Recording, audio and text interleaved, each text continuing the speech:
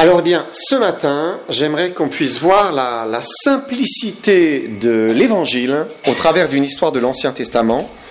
Et la simplicité, vous savez, c'est quelque chose qu'on perd très souvent avec le temps, avec les années. L'Ecclésiaste a dit dans son livre, « Seulement, voici ce que j'ai trouvé, ce que Dieu a fait les hommes, c'est que Dieu a fait les hommes droits, mais ils ont cherché beaucoup de détours. » Et Dieu a fait les choses simples, il fait les choses droites, mais les hommes, eux, cherchent des détours, ils compliquent tout à force.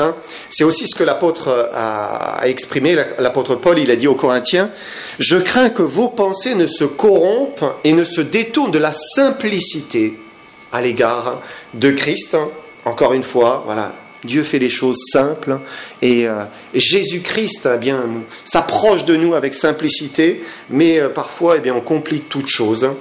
Et l'histoire que je vais prendre ce matin, c'est une histoire que beaucoup connaissent bien, s'ils sont rompus des Écritures, familiers à la parole de Dieu. C'est l'histoire du chef de l'armée de Syrie, Naaman. Donc Naaman était un général militaire important, mais il avait un problème douloureux où seul le Créateur pouvait faire quelque chose pour lui à cette époque, c'était que Naaman était lépreux. Et Dieu avait prévu de lui faire grâce d'une manière simple, d'une manière facile, mais l'homme veut encore une fois compliquer. Et au travers de cette histoire, on peut faire un parallèle avec le salut.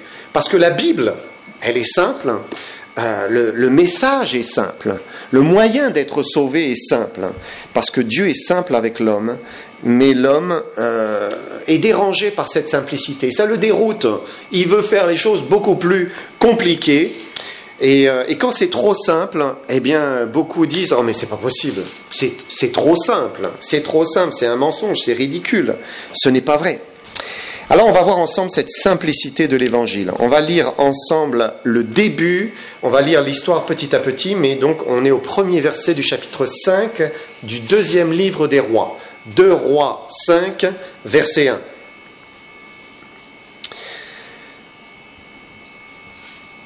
« 2 Rois 5, verset 1, nous lisons « Naaman, chef de l'armée du roi de Syrie, jouissait de la faveur de son maître et d'une grande considération, car c'était par lui que l'Éternel avait délivré les Syriens, mais cet homme fort et vaillant était lépreux. » Alors d'abord on voit ici que l'Éternel est venu au secours, non pas d'Israël, mais au secours de l'armée de Syrie, puisque c'était par lui, par Naaman, que l'Éternel avait délivré les Syriens.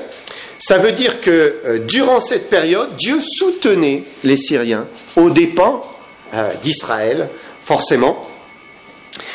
Et donc Dieu avait favorisé les païens et défavorisé Israël à ce moment-là de l'histoire. Et parfois Dieu permet que nos ennemis aient le dessus sur nous. Et ici il l'avait sur Israël. Pourquoi ? Parce qu'il veut éprouver son peuple, parce qu'il veut le travailler, parce qu'il veut le reprendre, parce qu'il veut parfois le châtier aussi. Et on apprend que Naaman était un homme fort, un homme vaillant, un homme aussi qui était considéré, un homme qui avait aussi la faveur de son supérieur, du roi, et beaucoup de choses qui étaient positives pour Naaman, mais bien qu'il était béni à sa manière, il avait un problème, il était lépreux. Et parfois tout semble aller bien dans notre vie, tout semble parfait, sauf quelque chose qui fait que, ça ne va pas. Et pour lui, il était lépreux. Alors quand la Bible, elle parle de la lèpre, on n'est pas sûr à 100% qu'il s'agisse de la lèpre que l'on connaît, donc on appelle maladie de Hansen. En fait, dans l'Ancien Testament, il y a plusieurs maladies de peau, et en fait, quand on regarde les symptômes et comment c'est décrit, il semble effectivement que ce soit un type de lèpre qu'il avait. Et dans toutes les sociétés, la lèpre entraîne un rejet, une exclusion de par les déformations physiques qu'elle entraîne à terme. Et aujourd'hui, on peut lutter, c'est facile. On prend des traitements antibiotiques. Si c'est pas trop atteint, on arrive à réparer, à guérir. Mais à l'époque, eh bien, il fallait vivre avec et simplement s'y résoudre. Il n'y avait pas d'issue.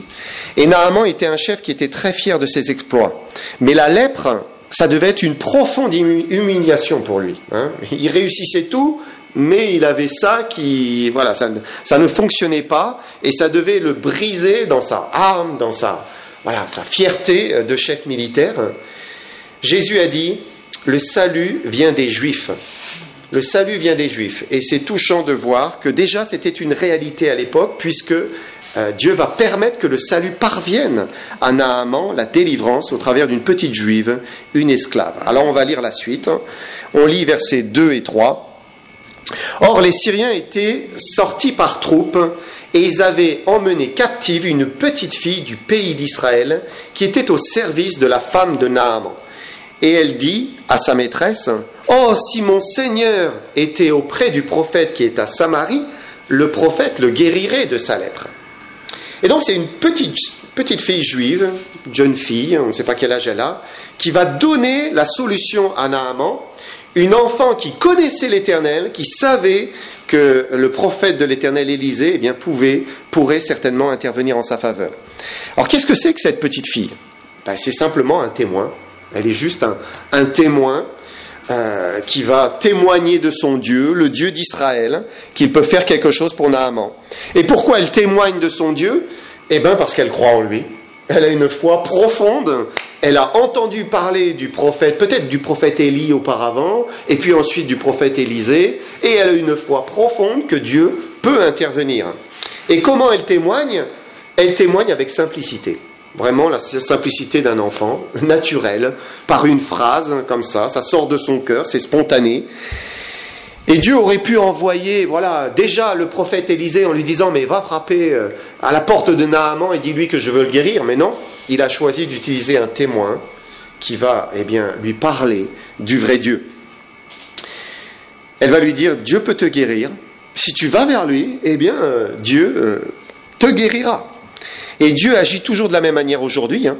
Il continue à agir par des témoins qui osent dire, mais il y a un Dieu qui peut intervenir dans votre vie, qui peut faire quelque chose pour vous, si simplement vous voulez bien aller vers lui. Et nous sommes ces témoins. Et donc le simple témoignage et la foi de cette jeune fille va influencer ce grand chef militaire. Et ça nous rappelle aussi que Dieu peut se servir d'une enfant, le plus petit. Et ce qui est touchant, c'est de voir que Naaman va se laisser influencer par cette jeune fille, certainement aussi parce qu'il est mûr. Et il est bien mûr. Il a déjà tout essayé et il est probablement ici au bout de lui-même. Dieu a travaillé le cœur de cet homme. Et il est convaincu, il n'y a pas de solution pour moi, aucune solution. Probablement il avait invoqué tous ces dieux, il avait vu tous les mages et les savants du royaume de Syrie, essayer tout leur traitement, parfois ridicule, mais rien n'avait pu lui permettre de guérir. Alors vous le savez, la lèpre, c'est une image du péché dans la Bible. Et de la même manière que Naaman ne pouvait pas se délivrer de la lèpre, l'homme ne peut pas se délivrer de son péché par lui-même, même avec des rites religieux, même avec un travail sur soi-même, avec de la méditation, même avec un accompagnement humain, simplement, où on reçoit des conseils. Tout homme sait que le péché est en lui, est attaché à son cœur. C'est comme les taches du pelage d'un léopard, dit la parole de Dieu. C'est quelque chose qu'on ne peut pas changer. Et Naaman savait que rien ne pourrait le guérir ici-bas. Alors quand il entend que le Dieu d'Israël peut faire quelque chose pour lui, il saisit l'occasion. Et on va lire la suite. Regardez, versets 4 à 6. Naaman alla dire à son maître, « La jeune fille du pays d'Israël a parlé de telle et telle manière. Et le roi de Syrie dit, « Va, rends-toi à Samarie, et j'enverrai une lettre au roi d'Israël. » Il partit, prenant avec lui 10 talents d'argent, 6000 cycles d'or et 10 vêtements de rechange. Il porta au roi d'Israël la lettre, où il était dit, « Maintenant, quand cette lettre te sera parvenue, tu sauras que je t'envoie Naaman, mon serviteur, afin que tu le guérisses de sa lèpre. » Après avoir lu la lettre, le roi d'Israël déchira ses vêtements et dit, « Suis-je Dieu pour faire mourir et pour faire vivre ? pour qu'il s'adresse à moi afin que je guérisse un homme de sa lèpre. Sachez donc et comprenez qu'il cherche une occasion de dispute avec moi. » Et si cette petite fille a une grande foi que Dieu peut intervenir dans la vie de Naaman, le roi d'Israël, lui, il est loin, loin de son Dieu, il ne le voit pas, il l'a oublié, et il ne pense même pas une seconde que le prophète Élisée pourrait intervenir pour guérir Naaman. Et le salut, eh bien, il vient encore une fois du plus petit, de la personne la plus faible, la plus méprisée. Le monde, il cherche souvent des ambassadeurs qui soient remarquables, remarqués. On va chercher la personne la plus belle, la plus intelligente, la plus vive, pour valoriser ce que l'on veut mettre en avant.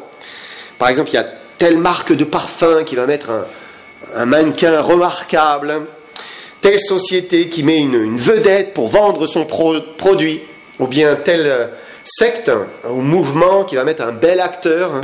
Et je pensais à la Scientologie avec Tom Cruise, voilà, pour promouvoir son mouvement. Mais Dieu, lui, il prend des choses viles, des choses faibles, des choses méprisables selon le monde.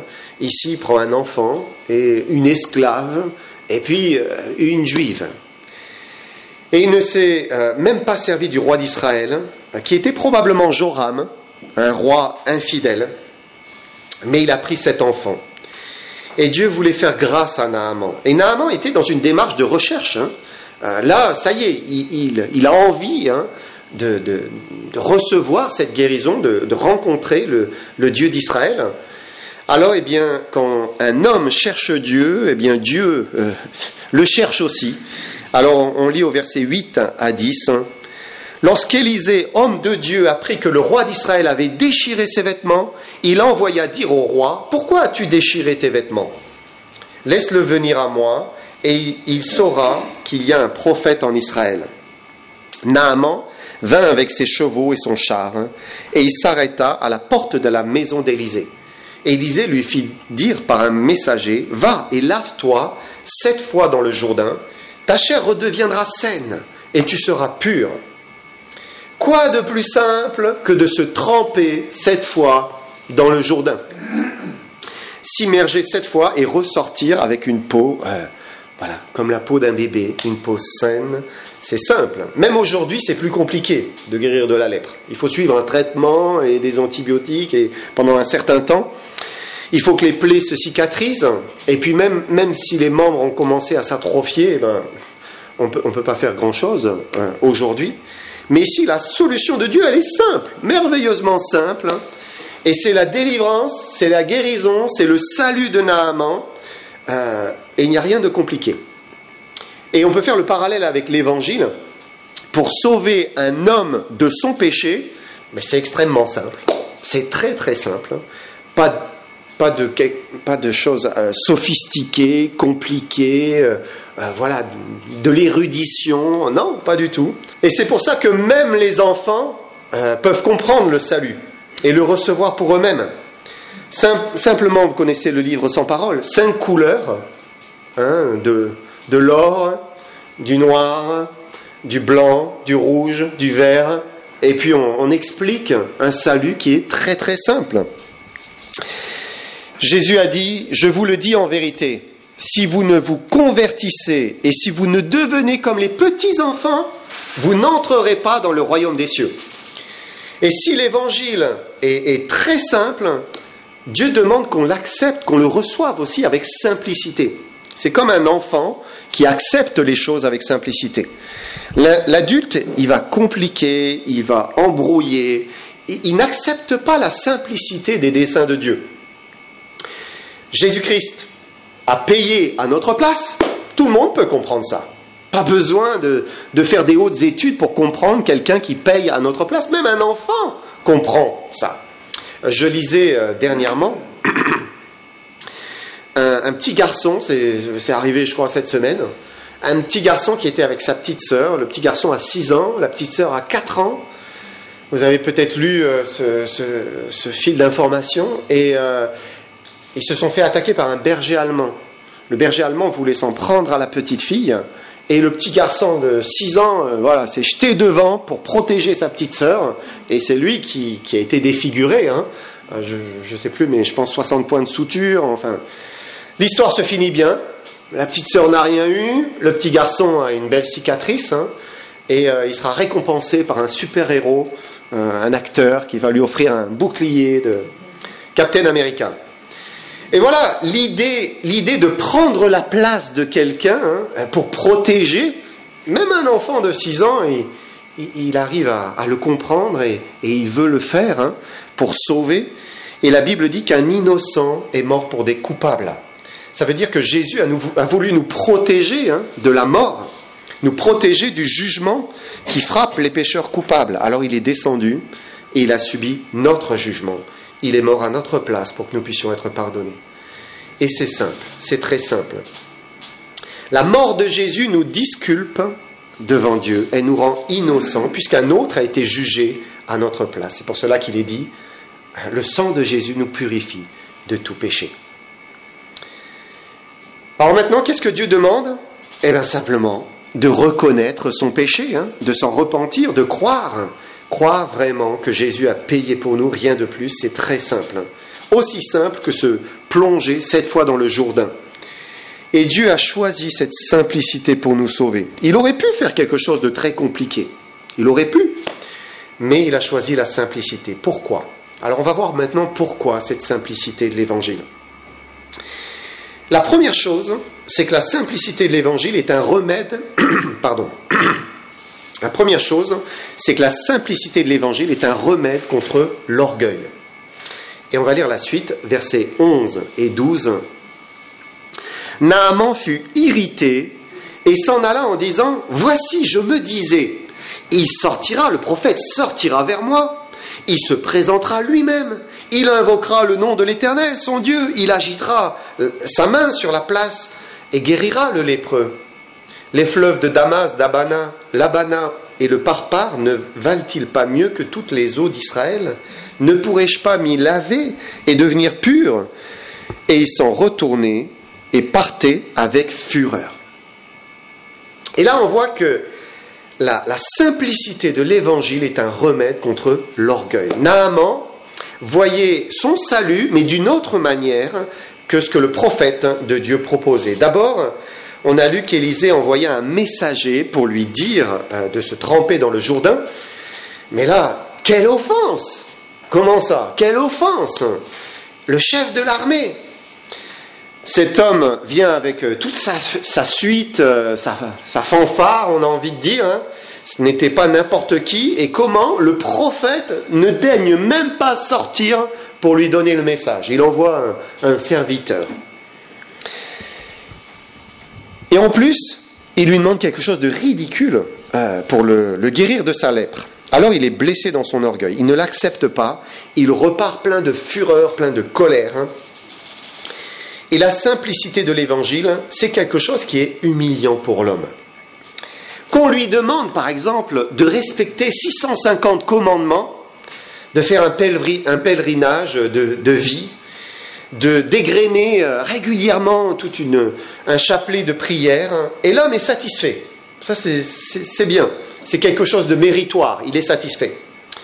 Qu'on lui demande des exercices réguliers, un travail sur lui-même profond, atteindre un niveau de conscience plus élevé, un travail aussi sur sa volonté pour se freiner dans le mal et décider de faire le bien, et l'homme est satisfait.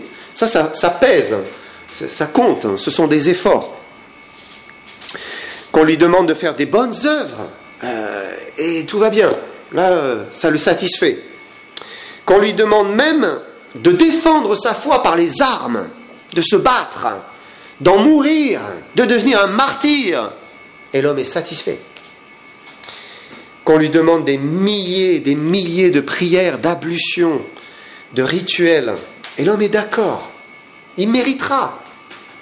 Mais si on lui demande simplement de s'agenouiller devant Dieu, de croire que le Fils de Dieu est venu mourir pour lui, pour être sauvé, et là il dit mais non, c'est trop simple, c'est beaucoup trop simple.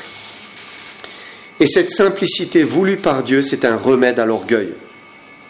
Si l'homme veut trouver la guérison de son péché, eh bien, il faut qu'il ravale son orgueil et qu'il accepte cette simplicité, qu'il s'humilie, comme Naaman l'a fait et a accepté ce que Dieu lui disait. Ensuite, la deuxième chose, la simplicité de l'Évangile, c'est un remède contre les idées préconçues. Et Naaman se disait, le prophète sortira vers moi, il se présentera, il fera ceci, il fera cela. Et Naaman, finalement, ne laisse pas à Dieu la liberté de le sauver. Il veut lui imposer sa manière de voir, sa manière de penser. Et c'est quelque chose de propre à l'homme de se faire des scénarios.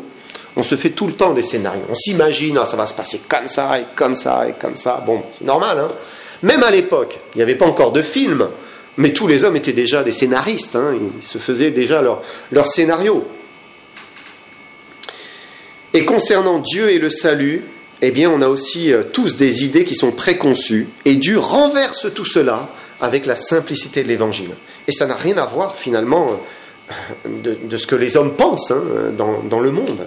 Ça renverse toutes leurs idées.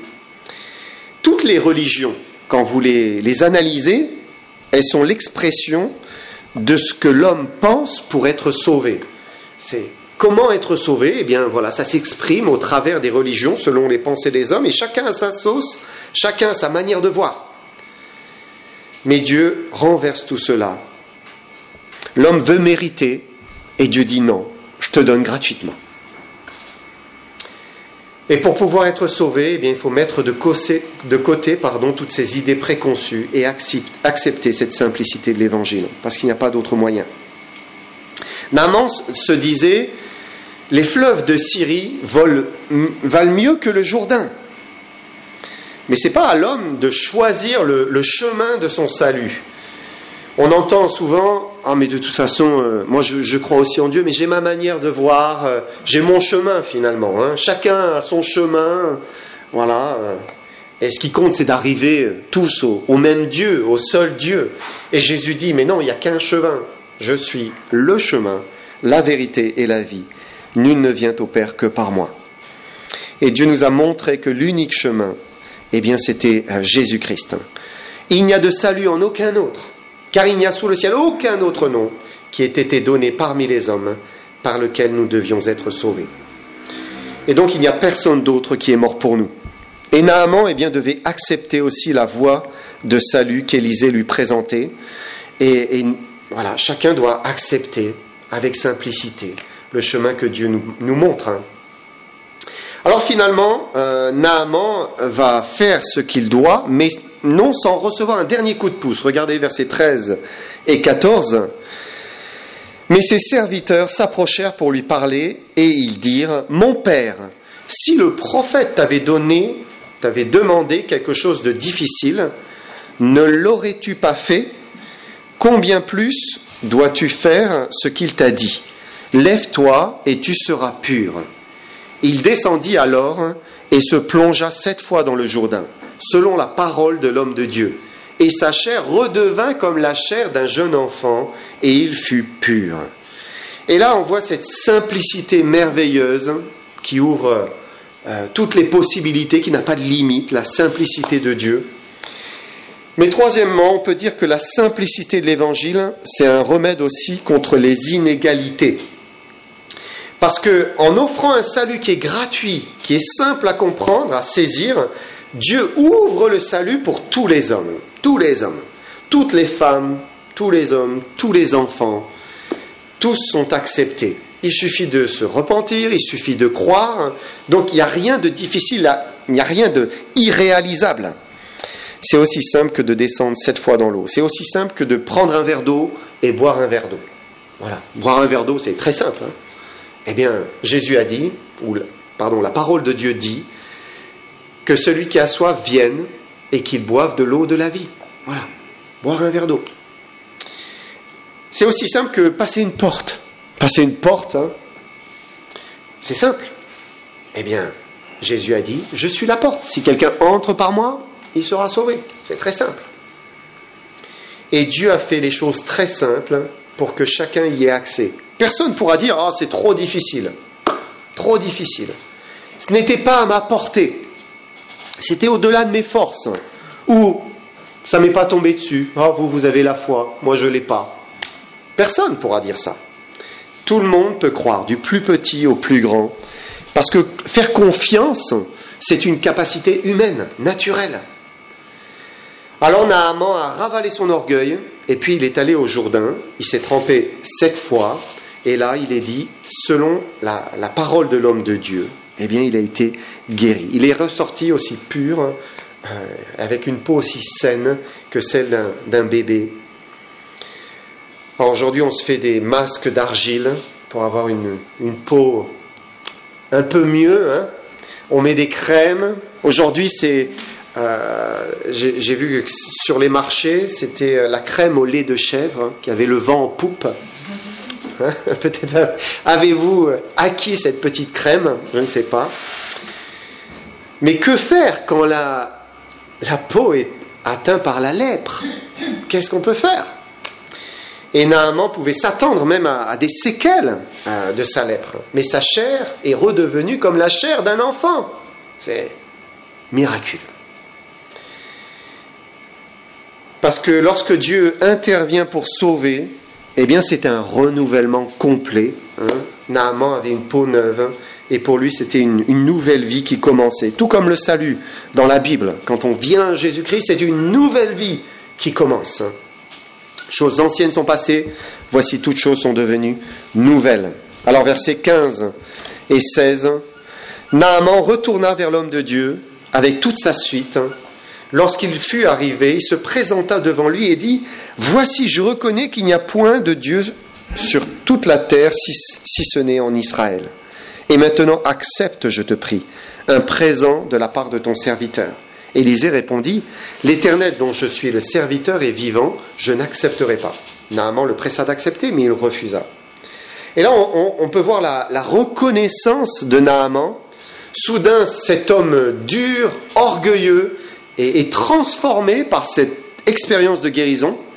Alors certes, Élisée n'a pas accepté le présent de Naaman, parce qu'il ne voulait rien recevoir pour lui-même, donc il ne voulait pas tirer un mérite personnel de cette guérison, mais néanmoins, j'aimerais souligner cette gratitude de Naaman. Il est plein de gratitude. Et la simplicité de l'évangile, elle est aussi un remède contre l'ingratitude. Naaman s'est ici relevé infiniment reconnaissant envers l'Éternel. Pourquoi ? Parce qu'il a bien conscience que sa guérison, eh bien, il la doit au Dieu d'Élisée. Naaman n'avait jamais rien pu faire pour sa guérison. Mais en faisant ce que Dieu lui a dit, cette chose très simple, alors il a reçu effectivement la guérison. Alors il est reconnaissant. Et dans le salut par grâce, c'est-à-dire qu'on reçoit comme un don gratuit, c'est simple, il suffit de croire, on reçoit, on est sauvé, eh bien ça provoque une vraie reconnaissance. Parce qu'il n'y a rien qui vient de nous, absolument rien. Et donc, comme il n'y a rien, eh bien, on dit oh, merci, merci, merci pour ce salut. Merci de m'avoir sauvé. Pas de rituel, pas d'exercice, pas d'œuvre, pas de persévérance, parce que ce n'est pas non plus notre persévérance en tant que chrétien qui nous sauve. C'est la foi en Jésus-Christ qui nous sauve. Et ensuite, il nous dit de persévérer, certes. Mais le salut est par grâce. On reçoit tout par grâce. Et donc, on dit, mais merci Seigneur, merci. Verset 17. Alors Naaman dit, puisque tu refuses, permets que l'on donne de la terre à son serviteur une charge de 2 mulets, car ton serviteur ne veut plus offrir à d'autres dieux, ni holocauste, ni sacrifice, il n'en servira qu'à l'Éternel. Pourquoi il veut emporter 2 charges de mulets de terre ? Certainement parce que, eh bien, on reconnaissait les lieux où Dieu agissait. Et d'ailleurs, il le dit, je reconnais qu'il n'y a de Dieu que sur la terre d'Israël. Parce qu'il avait bien prié ses dieux dans son pays et il n'avait jamais reçu les exaucements qu'il espérait. Alors il dit, mais j'aimerais emporter de la terre, peut-être pour la répandre dans son jardin et se faire un lieu où il vient prier le Dieu de l'Éternel pour recevoir la bénédiction.